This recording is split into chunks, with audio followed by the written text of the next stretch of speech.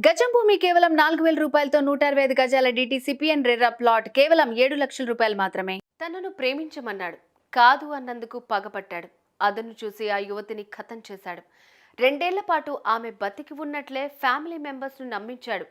చంపేసిన యువతిని బతికున్నట్లుగా ఎలా నమ్మించగలిగాడు? అందుకు అతనేసిన ప్లాన్ ఏంటి? Have a full details.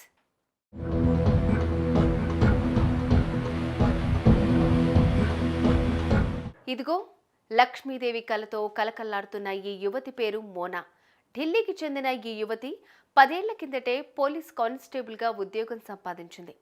ఇక్కడ పోలీసు డ్రెస్సులో కనిపిస్తున్న ఇతని పేరు సురేంద్ర రాణా. ఢిల్లీ పోలీస్ శాఖలో ఇతను హెడ్ కానిస్టేబుల్గా. వీళ్ళిద్దరూ కొన్నేళ్లుగా ఒకే కంట్రోల్ రూమ్లో ఉద్యోగం చేస్తున్నారు. ఈ నేపథ్యంలో మోనాకు ఉత్తరప్రదేశ్ పోలీసు శాఖలో ఎస్ఐగా ఉద్యోగం చేసే అవకాశం వచ్చింది. ఈ విషయం సురేంద్రతో సహా తన తోటి కానిస్టేబుల్ అందరికీ చెప్పి త్వరలో తాను ఎస్ఐ ట్రైనింగ్కు వెళ్లబోతున్నట్లుగా వెల్లడించింది. దీంతో అప్పటిదాకా మనసులో ఆమె పట్ల ప్రేమ పెంచుకున్న సురేంద్ర ఆ విషయాన్ని ఆమె ముందు బయటపెట్టాడు. తనను పెళ్లి చేసుకోవాలంటూ ప్రపోజల్ పెట్టాడు. అందుకు మోనా నిరాకరించింది. ఆఫీస్ నుంచి వెళ్లిపోయింది. దీంతో సురేంద్ర మనసు ఆవేదనతో అంతకు మించిన పగతో రగిలిపోయింది. తనకు దక్కని ఆమె మరెవ్వరికీ దక్కకూడదన్న దుర్మార్గపు ఆలోచన అతనిలో తలెత్తింది.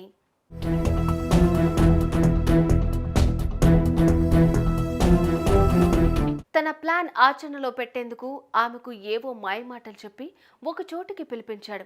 తన కారులో ఎక్కించుకుని ఓ నిర్మానుష్య ప్రాంతంలోకి తీసుకెళ్లి కారు ఆపేశాడు. రాక్షసుడిలాగా ఆమె మీద పడ్డాడు. గొంతు నులిమేశాడు. కొండంత భవిష్యత్తును గుండెల్లో దాచుకుని కదులుతున్న ఆ అమ్మాయిని అన్యాయంగా మట్టుపెట్టేశాడు.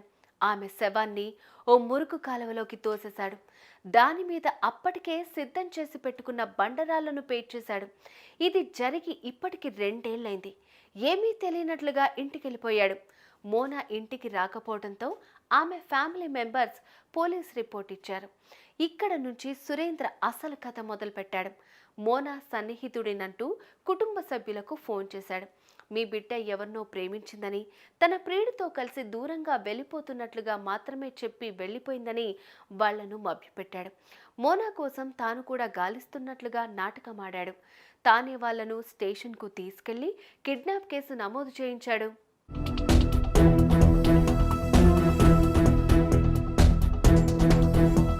మోనా చనిపోలేదని వారిని గట్టిగా నమ్మించేందుకు సురేంద్ర తన పోలీసు బుర్రతో ఒక కొత్త ఎత్తు వేశాడు. ఇందుకు తన బంధువు రాబిన్ను అరవింద్ పేరుతో రంగంలోకి దించాడు. రాబిన్ తన వెంట ఓ వ్యభిచారిని వెంట పెట్టుకుని వెళ్లి మోనా అరవింద్ పేర్లతో రూమ్లు బుక్ చేయించాడు. ఆ జంట ఫలానా ఊర్లో హోటల్లో దిగినట్లు, ఆ పక్క రోజే వెళ్ళిపోయినట్లు ఆ రసీదులు చూపించి మొత్తానికి మోనా బతికే ఉంది అన్న భ్రమ కల్పించడంలో సక్సెస్ అయ్యాడు. పోలీసుల ఎంక్వైరీకి వెళ్తే ఆ హోటల్ సిబ్బంది ఈ రికార్డులని చూపించేవారు. దీంతో పోలీసులు కూడా మోనా బతికే ఉందని భ్రమపడ్డారు. ఇలా కొంతకాలం గడపగలిగితే మోనా శరీరం పూర్తిగా శిథిలమైపోతే సాక్ష్యాలు ఉండవు కాబట్టి తాను చేసిన హత్య మట్టిలో కలిసిపోతుందని ఆశపడ్డాడు. అందుకే తన పోలీసు బుర్రతో అటు మోనా కుటుంబ సభ్యులని ఇటు పోలీసు అధికారులని బురిడి కొట్టించాడు.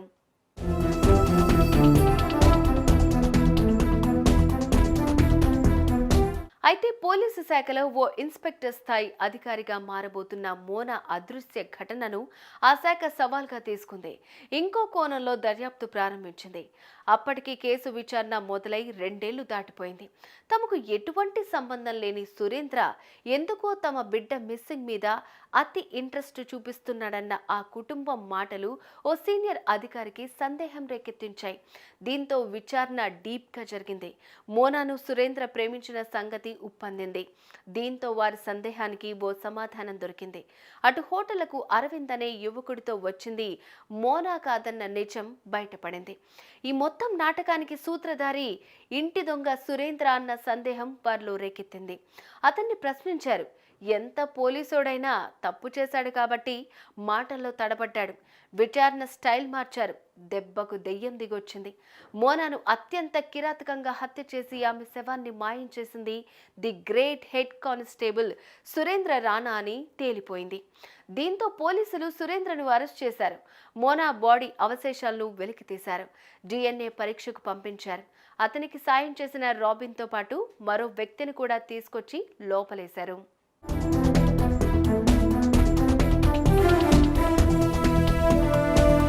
సురేంద్ర రాణాను మీడియా ముందు నిలబెట్టారు.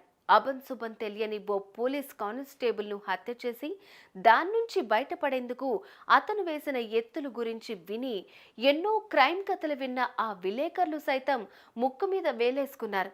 ఎంత పక్కగా ప్లాన్ వేసినా 2 ఏళ్లు అందరి కళ్ళు గప్పినా తప్పు చేసిన వారు చట్టం చేతికి చిక్కక తప్పదన్న నిజం మరోసారి రుజువైంది.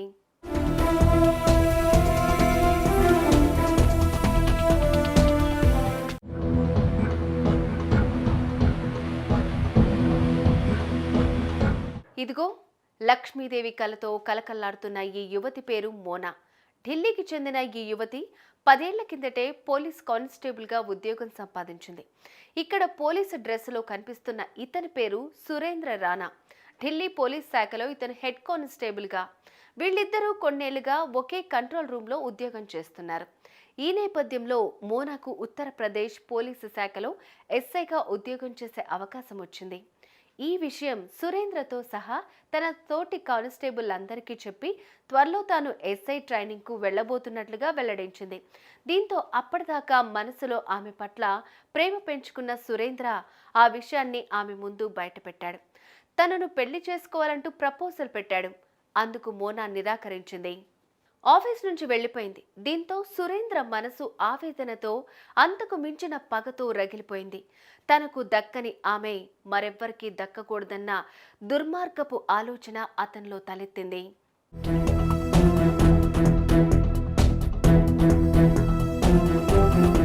తన ప్లాన్ ఆచరణలో పెట్టేందుకు ఆమెకు ఏవో మాయమాటలు చెప్పి ఒక చోటికి పిలిపించాడు. తన కారులో ఎక్కించుకుని ఓ నిర్మానుష్య ప్రాంతంలోకి తీసుకెళ్లి కారు ఆపేశాడు. రాక్షసుడిలాగా ఆమె మీద పడ్డాడు. గొంతు నులిమేశాడు. కొండంత భవిష్యత్తును గుండెల్లో దాచుకుని కదులుతున్న ఆ అమ్మాయిని అన్యాయంగా మట్టుపెట్టేశాడు. ఆమె శవాన్ని ఓ మురుగు కాలువలోకి తోసేశాడు. దాని మీద అప్పటికే సిద్ధం చేసి పెట్టుకున్న బండరాళ్లను పేర్చేశాడు. ఇది జరిగి ఇప్పటికి 2 ఏళ్లైంది. ఏమీ తెలియనట్లుగా ఇంటికెళ్ళిపోయాడు. మోనా ఇంటికి రాకపోవడంతో ఆమె ఫ్యామిలీ మెంబర్స్ పోలీస్ రిపోర్ట్ ఇచ్చారు. ఇక్కడ నుంచి సురేంద్ర అసలు కథ మొదలుపెట్టాడు. మోనా సన్నిహితుడినంటూ కుటుంబ సభ్యులకు ఫోన్ చేశాడు. మీ బిడ్డ ఎవరినో ప్రేమించిందని, తన ప్రియుడితో కలిసి దూరంగా వెళ్ళిపోతున్నట్లుగా మాత్రమే చెప్పి వెళ్ళిపోయిందని వాళ్లను మభ్యపెట్టాడు. మోనా కోసం తాను కూడా గాలిస్తున్నట్లుగా నాటకమాడాడు. తానే వాళ్లను స్టేషన్కు తీసుకెళ్లి కిడ్నాప్ కేసు నమోదు చేయించాడు.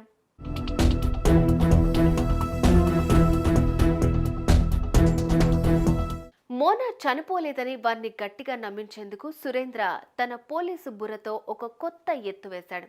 ఇందుకు తన బంధువు రాబిన్ను అరవింద్ పేరుతో రంగంలోకి దించాడు. రాబిన్ తన వెంట ఓ వ్యభిచారిని వెంట పెట్టుకుని వెళ్లి మోనా అరవింద్ పేర్లతో రూమ్లు బుక్ చేయించాడు.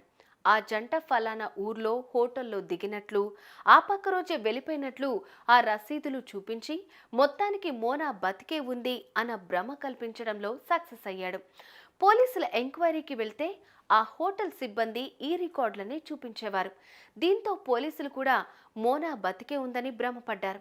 ఇలా కొంతకాలం గడపగలిగితే మోనా శరీరం పూర్తిగా శిథిలమైపోతే సాక్ష్యాలు ఉండవు కాబట్టి తాను చేసిన హత్య మట్టిలో కలిసిపోతుందని ఆశపడ్డాడు. అందుకే తన పోలీసు బుర్రతో అటు మోనా కుటుంబ సభ్యులని ఇటు పోలీసు అధికారులని బురిడి కొట్టించాడు.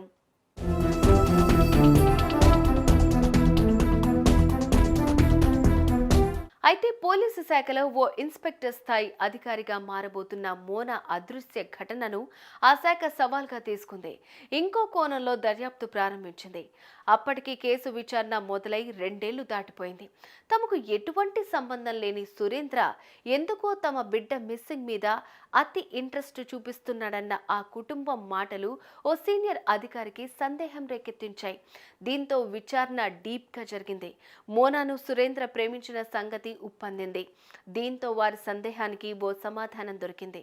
అటు హోటళ్లకు అరవింద్ అనే యువకుడితో వచ్చింది మోనా కాదన్న నిజం బయటపడింది. ఈ మొత్తం నాటకానికి సూత్రధారి ఇంటి దొంగ సురేంద్ర అన్న సందేహం వారిలో రేకెత్తింది. అతన్ని ప్రశ్నించారు. ఎంత పోలీసోడైనా తప్పు చేశాడు కాబట్టి మాటల్లో తడబడ్డాడు. విచారణ స్టైల్ మార్చారు. దెబ్బకు దెయ్యం దిగొచ్చింది. మోనాను అత్యంత కిరాతకంగా హత్య చేసి ఆమె శవాన్ని మాయం చేసింది the great head constable Surendra Rana అని తేలిపోయింది. దీంతో పోలీసులు సురేంద్రను అరెస్ట్ చేశారు. మోనా బాడీ అవశేషాలను వెలికితీశారు. DNA పరీక్షకు పంపించారు. అతనికి సాయం చేసిన రాబిన్తో పాటు మరో వ్యక్తిని కూడా తీసుకొచ్చి లోపలేశారు.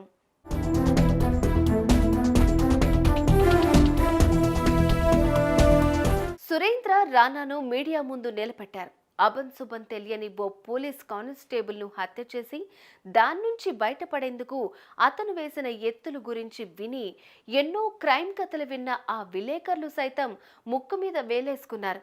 ఎంత పక్కగా ప్లాన్ వేసినా 2 ఏళ్లు అందరి కళ్ళు గప్పినా తప్పు చేసిన వారు చట్టం చేతికి చిక్కక తప్పదన్న నిజం మరోసారి రుజువైంది.